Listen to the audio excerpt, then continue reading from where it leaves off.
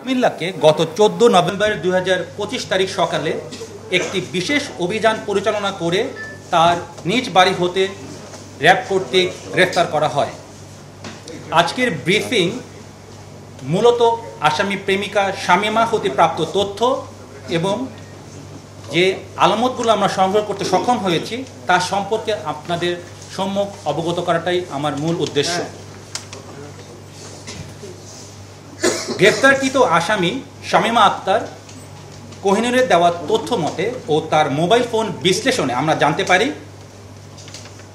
হত্যাকাণ্ডের প্রধান আসামি জরেজের সাথে তার 1 বছরের অধিক সময় ধরে প্রেমের সম্পর্ক ছিল। জরেজ শামীমাকে জানায় তার এক বন্ধুর প্রেমের ফাঁদে ফেলে ব্ল্যাকমেইলিংয়ের মাধ্যমে 10 লক্ষ টাকা আদায় করা সম্ভব, যা থেকে জরেজ 7 লক্ষ টাকা আর শামীমা 3 লক্ষ টাকা ভাগ করে নেবে। উক্ত পরিকল্পনা অনুযায়ী শামীমা ভিকটিম আশরাফুল ইসলামের সাথে 1 মাস পূর্ব হতে মোবাইল ফোনে যোগাযোগ শুরু করে এবং তাকে তার প্রতি আকৃষ্ট করার চেষ্টা অব্যাহত রাখে। তারই ধারাবাহিকতায় মোবাইল ফোনে তাদের নিয়মিত অডিও এবং ভিডিও কল চলতে থাকে। পরবর্তীতে গত 11 নভেম্বর 2025 তারিখ রাত 8টায় জরেজ ভিকটিম আশরাফুলকে নিয়ে ঢাকায় রওনা করেন। ঢাকায় আসার পর গত 12 নভেম্বর 2025 তারিখ জরেজ ও আশরাফুল শামীমার সাথে দেখা করে ঢাকা মহানগরীর শনির আকরার নূরপুর এলাকায় 5,500 টাকা দিয়ে একটি বাসা ভাড়া করে 3 জনই একত্রে ভাড়া বাসায় ওঠেন।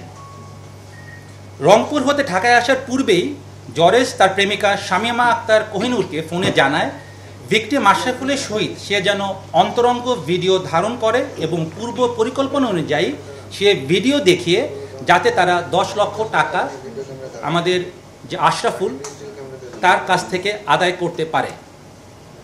পূর্ব পরিকল্পনা অনুযায়ী ভিকটিম আশরাফুলকে শামীমা মাল্টার শরবতের সাথে ঘুমের ওষুধ খাইয়ে হালকা অচেতন করে যাতে বাইরে হতে জরেজ অন্তরঙ্গ মুহূর্তের ভিডিও ধারণ করলে আশরাফুল তা বুঝতে না পারে।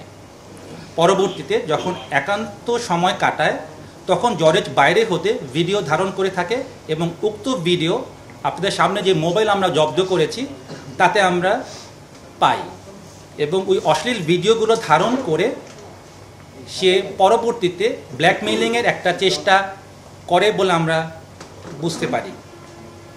প্রিয় সাংবাদিকবৃন্দ, শামীমা দেওয়া তথ্য মতে 12 নভেম্বর 2025 তারিখ দুপুরে আশরাফুল যখন পুরোপুরি অচেতন হয়ে পড়ে তখন জরেজ আশরাফুলের হাত দড়ি দিয়ে বেঁধে ফেলে এবং মুখ কস্টেপ দিয়ে আটকিয়ে দেয়। জরেজ এক পর্যায়ে অতিরিক্ত ইয়াবা সেবন করে উত্তেজিত হয়ে অচেতন থাকা ভিকটিম আশরাফকে হাতুড়ি দিয়ে এলোপাথারি পেটাতে থাকে।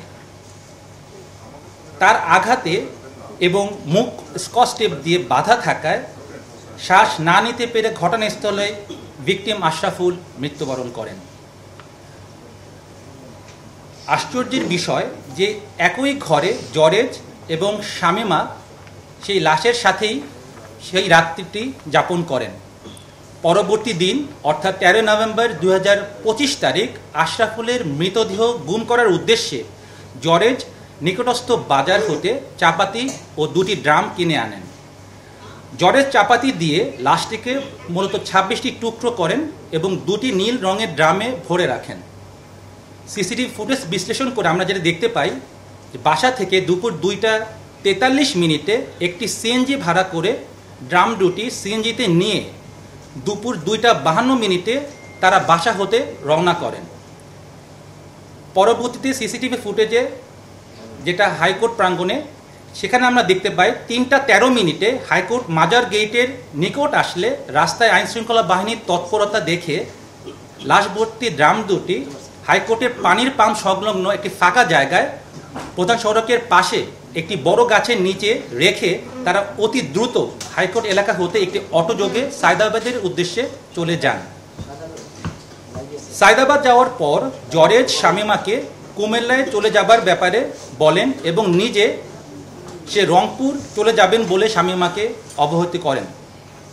সে অনুযায়ী শামীমা কুমিল্লা তার নিজ বাড়িতে গমন করেন এবং জরেজের সাথে তার যোগাযোগ সম্পূর্ণভাবে বিচ্ছিন্ন করে দেন। প্রিয় সাংবাদিকবৃন্দ, শামীমা দেওয়া তথ্য মতে ভিকটিমে আশরাফুলের রক্তমাখা সাদা রঙের পায়জামা পাঞ্জাবি সহ হত্যার কাজে ব্যবহৃত দড়ি, স্কচটেপ, গোলগলা গেঞ্জি এবং একটি হাফ প্যান্ট একটি বস্তার ভিতর মুখ বাঁধা অবস্থায় শনির আক্রান্ত নূরপুর এলাকা হতে র্যাব 3-এর একটি আবেদনিক দল উদ্ধার করতে সক্ষম হয়। এছাড়াও তার মোবাইল যেগুলো আমরা পেয়েছি তার থেকেও আমরা বিভিন্ন আলামত, আমরা যে ভিডিওগুলো সে ধারণ করেছে এবং নগ্ন ভিডিও এবং ছবি, সেগুলো আমরা উদ্ধার করতে সক্ষম হয়েছি। এখানে উল্লেখ্য যে শামীমা দেওয়া তথ্য অনুযায়ী মূলত ব্ল্যাকমেইলিং করাটাই এবং টাকা উপার্জন করাটাই এই ঘটনার মূল উদ্দেশ্য ছিল। তবে জরেজ কর্তৃক নৃশংসভাবে হত্যাকাণ্ডের পিছনে কোনো পূর্ব শত্রুতা আছে কিনা কিংবা পরকীয়ার কোনো বিষয় রয়েছে কিনা তা মূল আসামি জরেজকে জিজ্ঞাসাবাদে বেরিয়ে আসবে বলে আমরা মনে করছি। ধৃত আসামিদের বিরুদ্ধে পরবর্তী আইনানুগ ব্যবস্থা গ্রহণের জন্য শাহবাগ থানায় হস্তান্তর করা হয়েছে।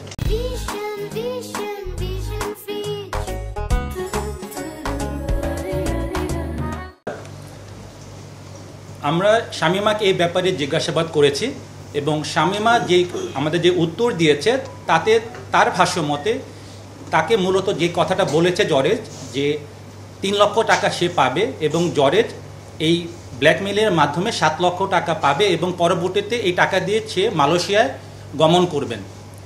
এবং আমরা এটাও দেখতে পাই যে জরেজের মোবাইল বিশ্লেষণ করে যে সে অলরেডি মালয়েশিয়া যাওয়ার জন্য সে পাসপোর্ট সংগ্রহ করার জন্য সে অলরেডি তার পাসপোর্ট অফিসও তার প্রস্তুত রয়েছে পাসপোর্ট। তো এ থেকে বোঝা যায় যে তার টাকাটা প্রয়োজন ছিল। বাট আপনি যে প্রশ্নটা করেছেন যে জরেজ কি উদ্দেশ্যে নৃশংসভাবে হত্যাটা করলো, যদি টাকাই তার মূল উদ্দেশ্য থাকে তাহলে কেন হত্যাটা করলো, তাহলে তো টাকা তো আর তার পাবে না। এই প্রশ্নটা আমাদেরও রয়েছে, যেহেতু আমরা জরেজকে গ্রেফতার করতে সক্ষম হয়েছি এবং ইনশাল্লাহ জরেজের কাছ থেকে আরও বিস্তারিত তথ্য আমরা পাবো এবং আপনাদেরকে আমরা অবগত করতে পারবো যে হত্যার মূল মোটিভটা কী। আমরা যে কথাটা আপনাদেরকে জানাচ্ছি সেটা মূলত শামীমার বক্তব্য এবং যে আলামতগুলো আমরা পেয়েছি সেই জিনিসটাই আপনাদেরকে উপস্থাপন করছি। এখানে যখন শামীমাকে আমরা প্রশ্ন জিজ্ঞাসা করা হয় সেক্ষেত্রে সে সময় শামীমাও বলে যে যখন সে বাধা প্রদান করে যে আপনি কেন মেরে ফেলছেন বা মারছেন বা এই পরিস্থিতি কেন তৈরি করছেন, তখন শামীমাকেও সে ভয়ভীতি দেখায় এবং আঘাত করে। এটা শামীমার বক্তব্য। কারণ পুরো বক্তব্যটা দুই পক্ষের বক্তব্য না শুনে আমরা পরিষ্কারভাবে মূল মোটিভটি আপনাদের সামনে উপস্থাপন করতে পারছি না। এজন্য আমি অনুরোধ করছি যে একটু অপেক্ষা করার জন্য। ইনশাল্লাহ আমরা মূল মোটিভটা জানতে পারবো যখন জরেজের সাথে আমরা পুরোপুরি কথাটা আপনাদের সামনে উপস্থাপন করতে পারবো। যদি ব্ল্যাকমেইলিং এর বিষয় হয়ে থাকে তাহলে টাকা তো ভাগ বাটোয়ারা হবে। এক্ষেত্রে শামীমা কত টাকা পাওয়ার কথা ছিল? শামীমা এখানে 3 লক্ষ টাকা পাওয়ার কথা ছিল এবং জরেজ এই 10 লক্ষ টাকা 7 লক্ষ টাকা পাওয়ার কথা ছিল। টাকাটা কে দিবে তাদেরকে? টাকাটা আশরাফুল যে ব্যবসায়ী ওনার থেকে টাকাটা নেওয়ার পরিকল্পনা ছিল। বন্ধুত্ব সম্পর্ক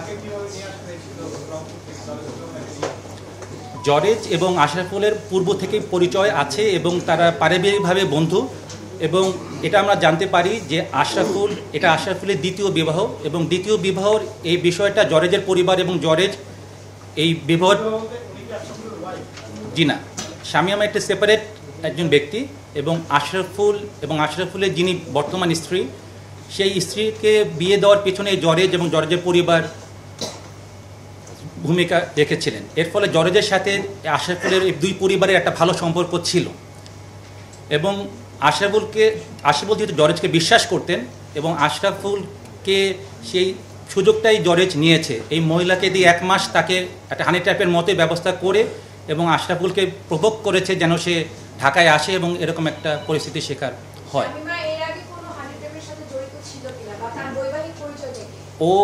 ওনার যতটুকু আমরা জানতে পেরেছি যে উনি সৌদি প্রবাসী একজন ব্যক্তির স্ত্রী, তার 2 সন্তান এবং তার মা সহ সে বর্তমানে কুমিল্লায় লাংসামে রয়েছেন তাদের নিজস্ব বাসায় এবং তার হাজব্যান্ড সৌদি আরবে রয়েছেন।